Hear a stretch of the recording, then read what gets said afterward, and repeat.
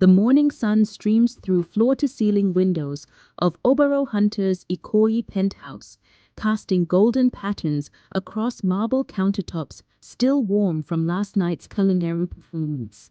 The scent of cardamom and vanilla lingers in the air, remnants of the chocolate souffle that had sealed another unforgettable evening.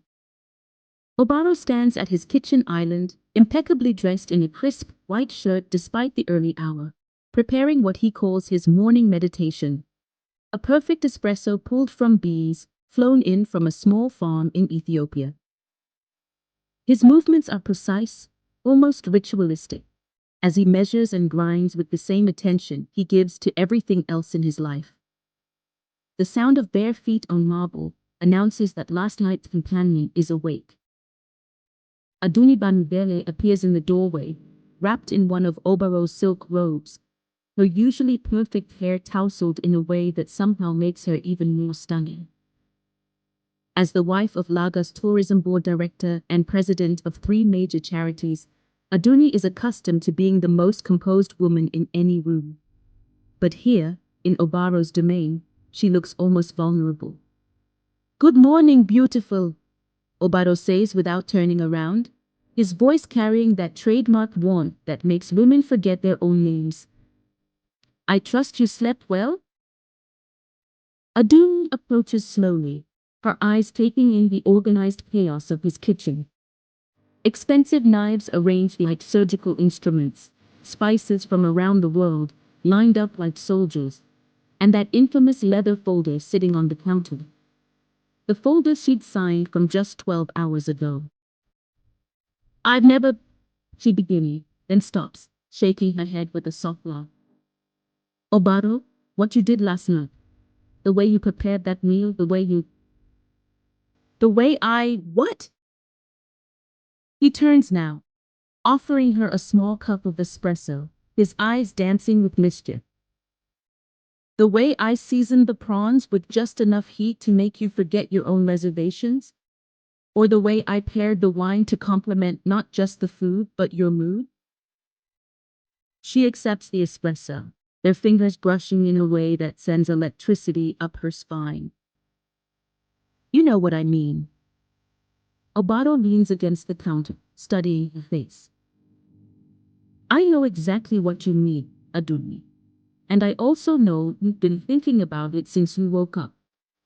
Not just the physical intimacy, though I'm confident that exceeded your expectations, but the document you signed." The leather folder seems to pulse between them like a living thing. Aduni's eyes drift to it, remembering the elegant script, the careful legal language, the way Obaro had explained each clause with the same precision he used to describe his cooking techniques. "I've never signed anything like that before," she admits, setting down the espresso cup. "My husband and we've been married 15 years. There's never been paperwork." Obaro's laugh is rich and warm, filling the space between them. "Your husband doesn't understand the art of anticipation, does he? The beauty of consent freely given, boundaries clearly established, desires openly acknowledged." He moves closer, not crowding her, but creating an intimate space that feels separate from the rest of the world. "That document isn't about protection, Aduni, though it serves that purpose. It's about honesty. How many relationships crumble because people are afraid to say what they want? How many marriages become performance pieces where everyone pretends to be satisfied?" Aduni thinks of her husband, probably already at his office reviewing tourism statistics, probably having forgotten that she wasn't home when he returned from Abuja the night before.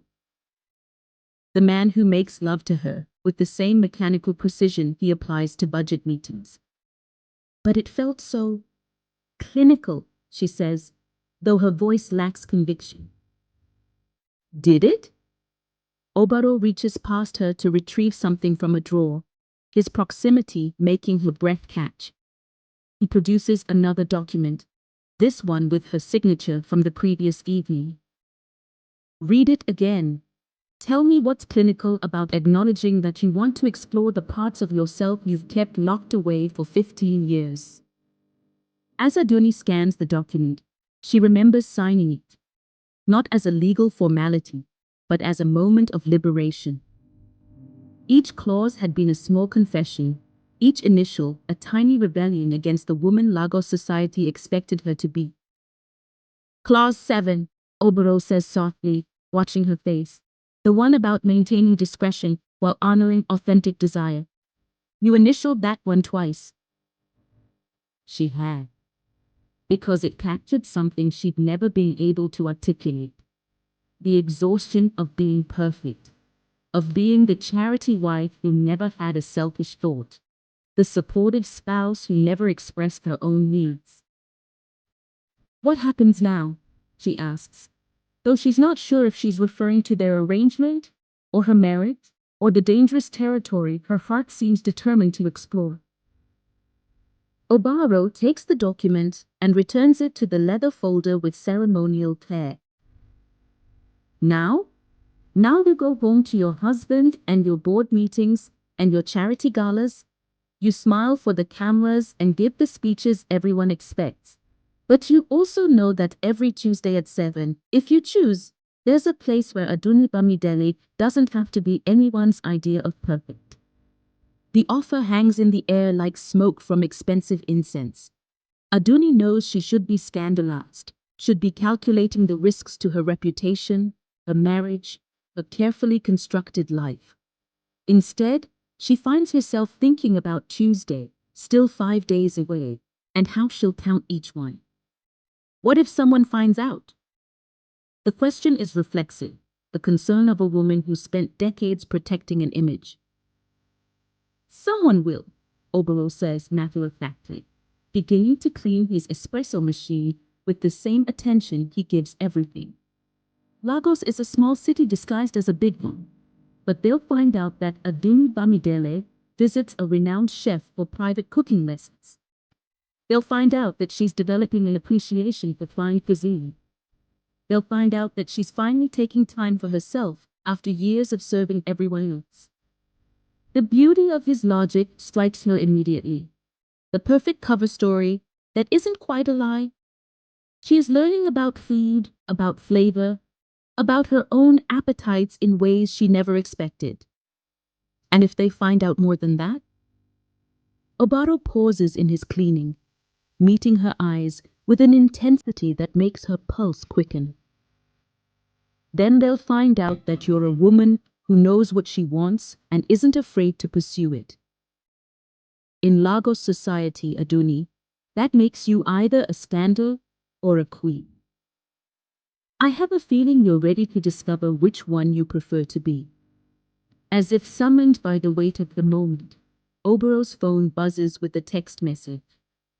He glances at it and smiles. The kind of smile that suggests new possibilities and fresh complications. What is it?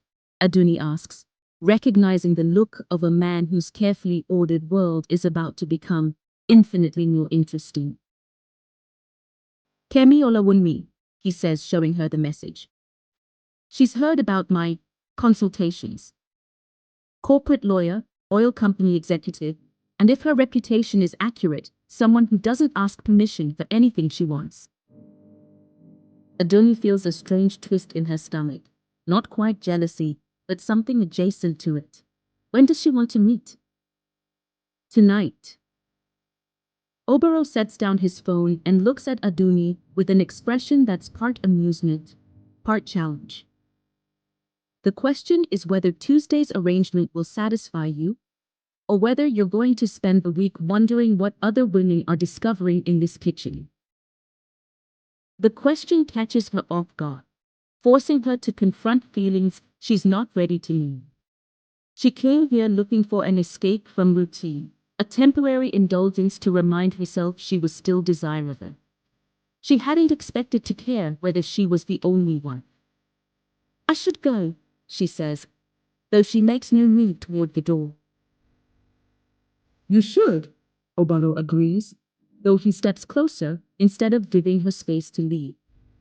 Your driver is probably wondering where you spent the night. Your husband might actually notice you're not at breakfast. The charity office will expect you by 10. Each responsibility he lists feels like a weight being placed on her shoulders, returning her to the world where she exists for everyone except herself. But before you go, he continues, reaching for a small container from his spice collection, take this. He hands her a small jar filled with what looks like golden dust. The label reads, Obaro's Awakening Blend in his elegant handwriting. What is it? Cardamom, ginger, a touch of saffron, and a few other things, he explains.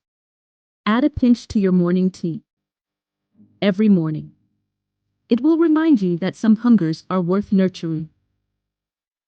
Adoni accepts the jar, their fingers touching once more. The gesture feels both innocent and loaded with promise. A daily reminder of the choice she's made and the woman she's discovering herself to be. As she prepares to leave, wrapping herself in her designer clothes from the previous evening, Obaro watches with the satisfied expression of an artist admiring his work. Not the conquest, he's too sophisticated for such crude satisfaction, but the transformation. The awakening of appetite in someone who'd forgotten she was allowed to be hungry. Tuesday at 7, he says as she reaches the door.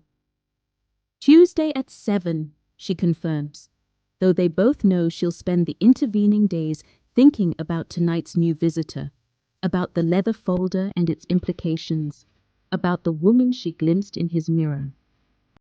After she leaves, Obaro returns to his kitchen and begins planning the evening's menu. Kemi Olawunyi won't be satisfied with prawns and chocolate souffle. A woman who navigates oil company boardrooms and corporate law requires something more substantial, more complex. Perhaps the duck breast with tamarind glaze paired with his signature palm wine reduction. And she'll have her own document to sign, her own boundaries to explore, her own awakening to document. The morning sun climbs higher over Lagos, casting new shadows across Obaro's penthouse. Somewhere across the city, Aduni is returning to her life of charity meetings and social obligations, carrying a small jar of spices and a large secret. Tonight, another woman will discover what lies beyond the consent clause, beyond the careful legal language, beyond the boundaries of what Lagos society considers proper.